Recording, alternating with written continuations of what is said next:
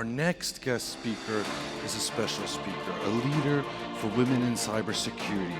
Rasha Abu AlSaud is Chief Information Security Officer at the Saudi National Bank, a leading bank in Saudi Arabia. Her expertise spans various aspects of cybersecurity: cyber fraud, information protection and privacy, information technology, business continuity, as well as technology risks. In her current role, Rasha leads successful implementation of security-related initiatives, security management capabilities that covered Cyber Intelligence Center, identity governance. The projects implemented as well included network protection, data classification, and much, much more.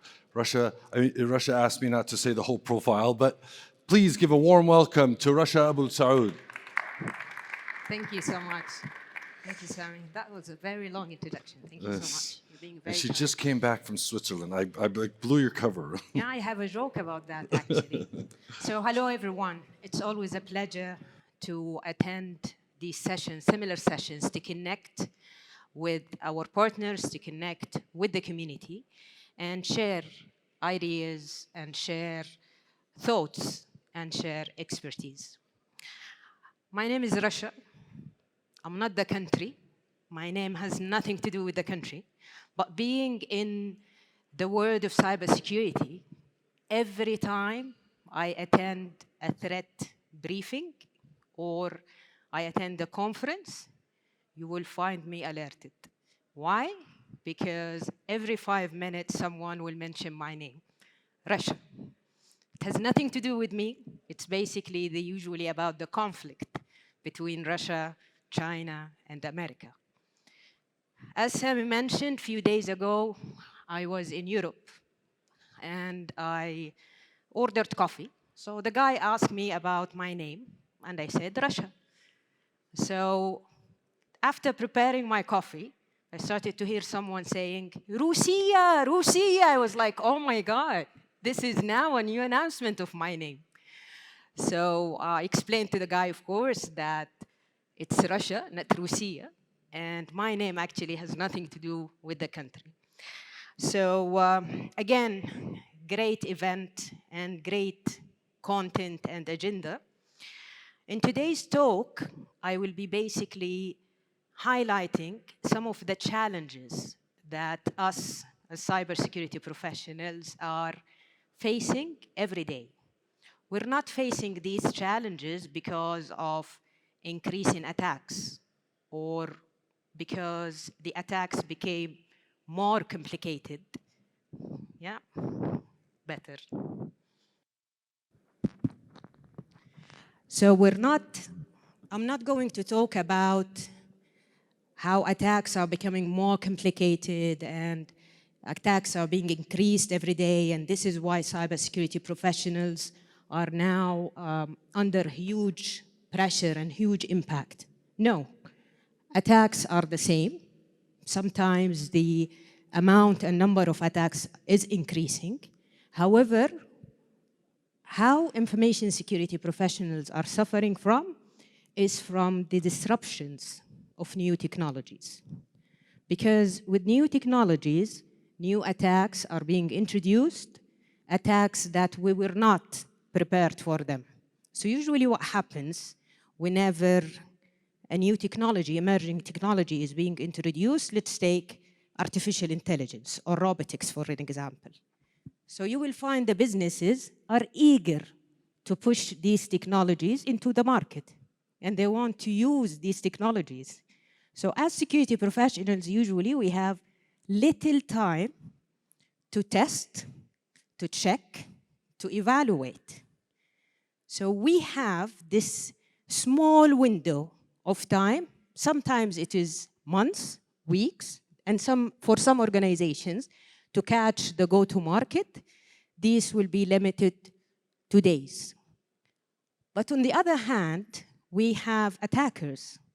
We have organized groups of individuals who have plenty of time to basically analyze these technologies and identify the vulnerabilities and craft specific techniques to penetrate an organization or penetrate a community through gaps that were not identified. And unfortunately, the security professionals or the security team did not get enough time to prepare for these attacks. So this is the sort of attacks that we will be talking about today. I started to get into the stage and talk to people and share with the community since back in 2013.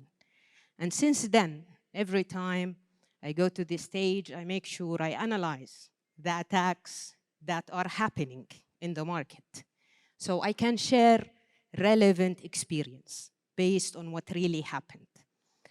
So we all remember Sham'oun 2. Sham'oun 2 happened back massively in 2012. It impacted one of the largest organization here in Saudi Arabia. And I believe this changed the complete environment for cybersecurity professionals. And after, it didn't stop in Sham'oun. It continued until 2016, and we saw the WannaCry attack. And these were all technical attacks. They are basically based on malware that enters the organization. And in a way or another, what happens, it impacts how people operate. But it doesn't really stop your life until the WannaCry attack happened in 2016. And that really impacted lives of people, because the massive attack was targeting the healthcare industry in the UK.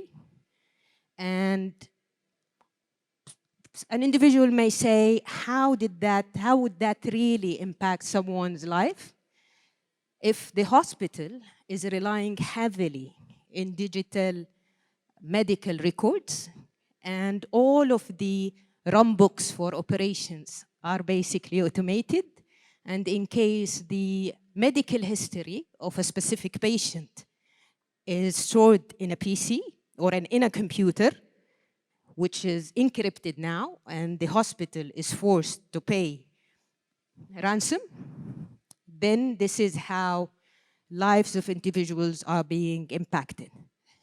But with all of these attacks, there is few things that we can do to protect. And organizations, if they invested in the right technology and if they focused on the right domains, they will be able to protect against this. For ransomware, if you put controls over the end user's machines, if you do monitoring over emails that are coming into your organization, if you apply multi-factor authentication, if you provide least privilege to your employees, all of these are basically controls that will help mitigate and prevent these attacks from happening.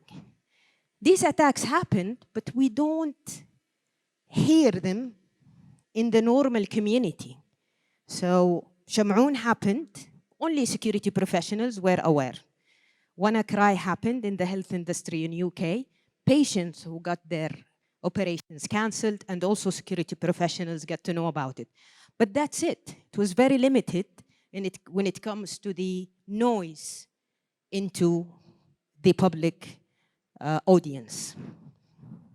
New cycles or new type of attacks and compromises into the world of information security started to appear.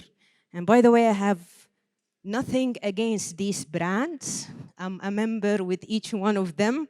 I'm only using them for illustration.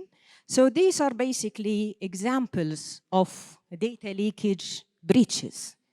We hear from time to time that a number of millions of email accounts with passwords and information are being leaked from Yahoo, from Hotmail, and from also the retail industry.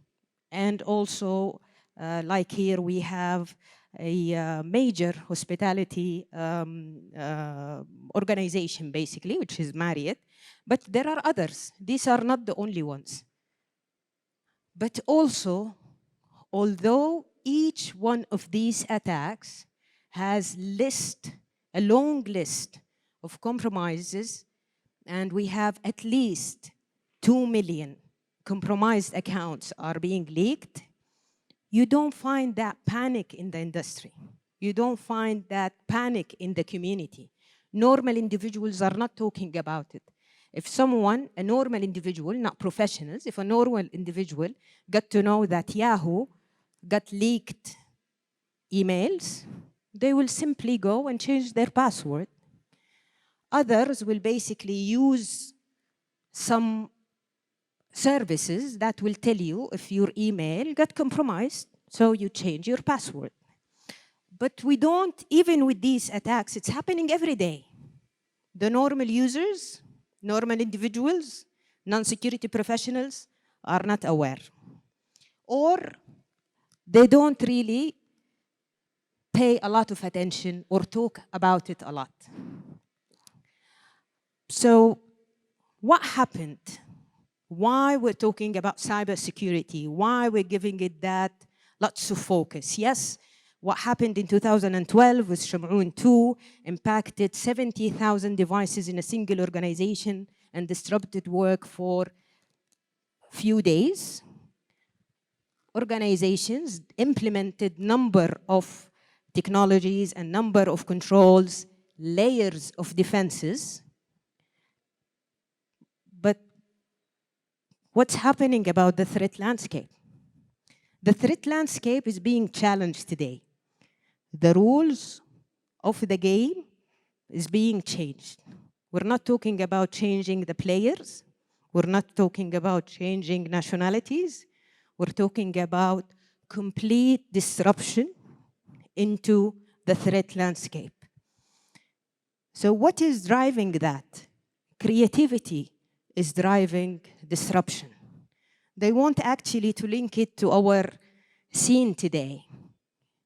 This stage is very creative, in my opinion, and it is challenging how I usually operate.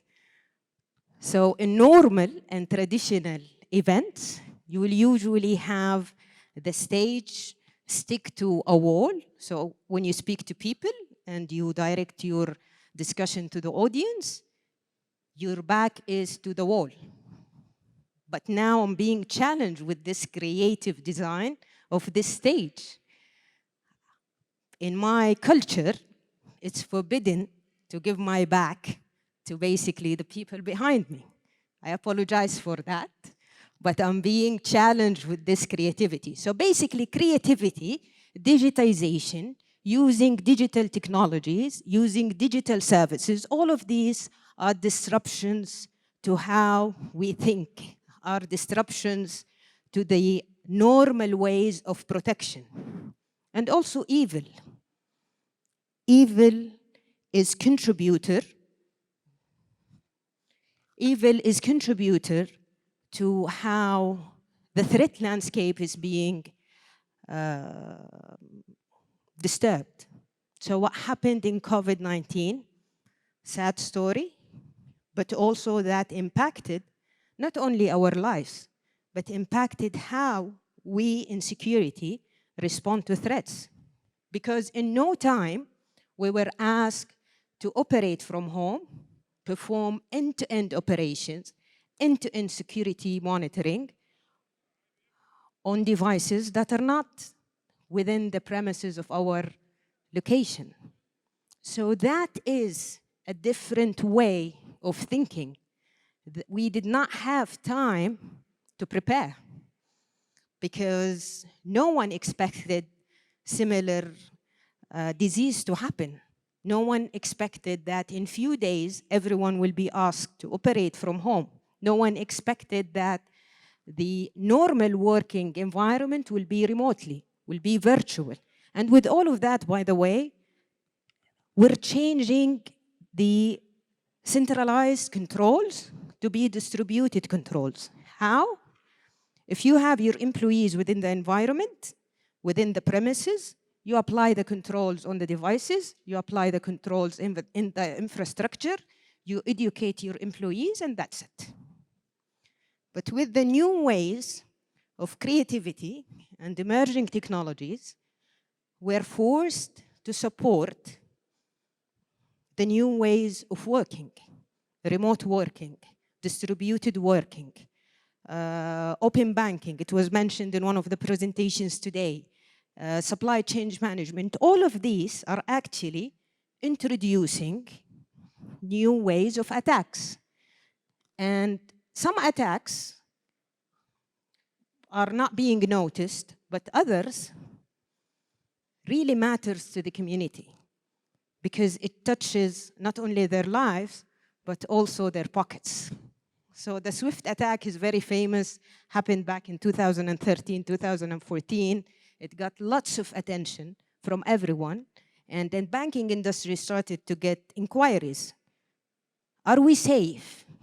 Are our banks safe in country X or country Y? Because we hear, and usually we ask our customers, why are you raising this question? So normal individuals started to get attached, or they're very interested in knowing what happened into a technical, very complicated cyber attack, simply because it will hit their pockets. And this is also what we're seeing on attacks, phishing attacks that are being launched not only within Saudi Arabia, but also a global trend where we're seeing cyber financial crimes are also increasing. And the normal individuals are very concerned about them. And they go in details with their banks and with their financial institutes, talking about the level of controls each and every bank is implementing. Why? Because these types of attacks usually start and end with humans. Does that mean we should not pay attention to the infrastructure? No. But there is an evolving element that we need to take care for it. There is an evolving element that we need to consider. This is the unknown. So how do we do that? How do we prepare for the unknown? So creativity is not the only disturbance to the threat landscape. Evil, like COVID, is not also the only disturber, but also the new ways of working. When we collaborate together and we focus on improving and building on the supply chain, this will introduce new and different unknown threats. Sometimes organizations will be able to predict and prepare through following structured processes, through ensuring that they follow best practices. But there is always this zero victim, the poor organization that will be a victim of poor implementation, of targeted attacks, of unpatched machine that is available here and there, or simply an individual who was not trained enough to apply certain configurations. This did not happen only to SolarWinds. It happened to Accenture. It happened to Cisco. It happened to Microsoft. It happened to Deloitte. It happened to each and every organization operating and depending heavily on supply chain management. Not because they don't apply good practices. They actually sell good security practices. They master cybersecurity practices. But basically, what is happening is that their environments and their traditional ways of thinking are being challenged. So I mentioned I started to get on the stage and talk to people since 2013. And my number one advice at that time was stick to the basics. Just ensure that you fix the vulnerabilities, ensure that you perform good security testing, ensure that you manage access to assets, stick to the basics. And this was proven to be a great protection and defense layer against ransomware attacks, for example, and phishing attacks. But now, I'm not changing what I used to say, but I'm adding to that an additional advice. Be open to new ways of attacks. Focus when you prepare your defenses, focus on what you want to protect. Is it the infrastructure? Because it's no longer, the controls are no longer within the boundaries of the organization.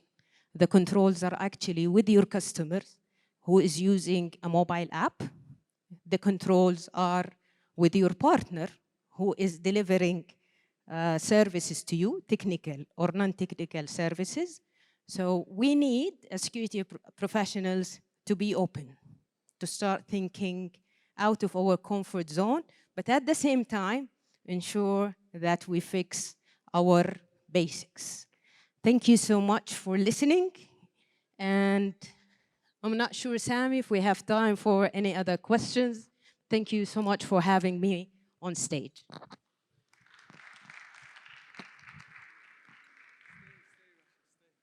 I want to give you a quick award and thank you in celebration of women in cybersecurity. It's our pleasure. Yes, yes. And they're coming on stage.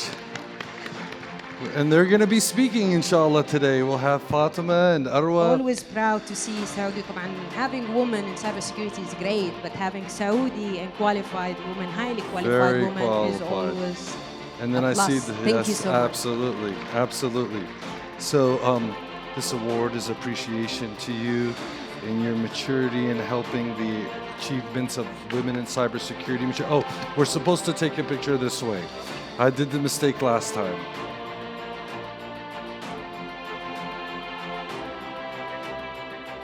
Thank you. Thank you so much.